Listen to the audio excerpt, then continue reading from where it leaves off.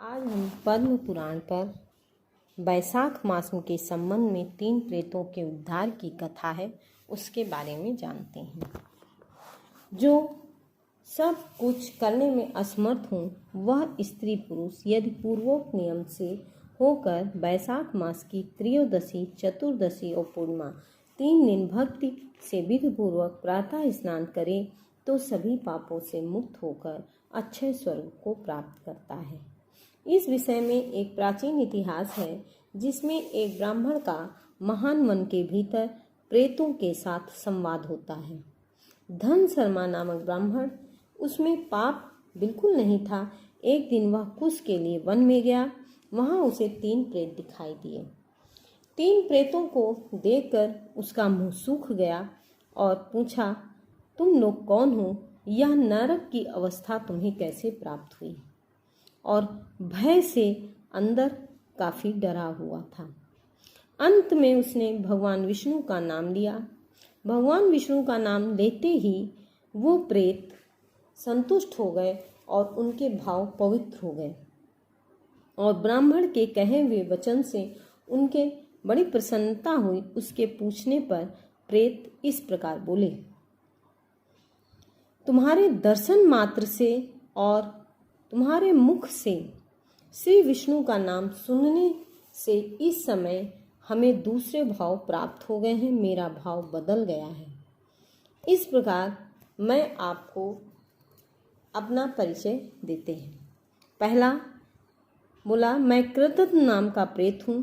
दूसरे ने बताया मैं विद्वैत, तथा तीसरे ने कहा मैं अवैशाख नाम का प्रेत हूँ और मैं इन सब में सबसे अधिक पापी हूँ।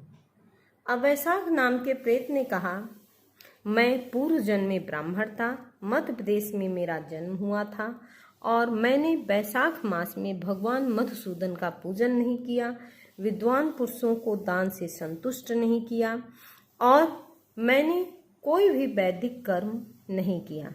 इस कारण मुझे मृत्यु पर प्रेत होकर सब ओर विचरता हूँ। इन तीनों की प्रेत योन में पड़ने का कारण जानकर वो अंदर से ही काफी दुखी हुए और कहने लगे, ब्राह्मण उस प्रेत का वचन सुनकर धन शर्मा काफी दुखी हुए और उनको लगा ये ब्राह्मण जो अवैशाख नाम का है ये मेरे पिता हैं। तब कहा कि मैं आपके काम नहीं आया। जो पुत्र आलस छोड़कर अपने पिता का उद्धार नहीं करता, अपने को पवित्र नहीं कर पाता, जो इस लोक और परलोक में भी सुख का और संतान विस्तार कर सके, वह संतान या तनय माना गया है। इस लोक में धर्म की दृष्टि से पुरुष के 2 ही गुरु होते हैं, पिता और माता। इनमें पिता श्रेष्ठ है क्योंकि सर्वत्र बीज की ही प्रधानता देखी गई है। तब पूछा, मैं कहाँ जाऊं जिससे आपका उद्धार हो सके? तब प्रेत बोला, बेटा घर जाओ, यमुना में स्नान करो। आज से 5वें दिन बैसाख की पूर्णिमा है, जिसमें पूजन करके और दान करके आप पितरों को सुखी कर सकते हैं। जो बैसाख मास की पूर्णिमा को विधिपूर्वक स्नान करके 10 ब्राह्मणों को भोजन कराता है, वह सब पापों से मुक्त हो जाता है। धर्मराज की प्रसन्नता के लिए जल से भरे 7 घड़े जो दान करता है, वह अपनी 7 पीढ़ियों को तार कर देता है। बेटा इस प्रकार जाकर यदि तुम पूजन करोगे तो मैं इसी अवस्था को छोड़कर स्वर्ग में चला जाऊंगा और ये दोनों के भी पाप का अंत आ गया है। तब यमराज जी बोले, हे ब्राह्मण बहुत अच्छा है। कहकर वो ब्राह्मण अपने घर गया और सब कुछ उसी तरह किया जिस प्रकार उन्होंने बताया था।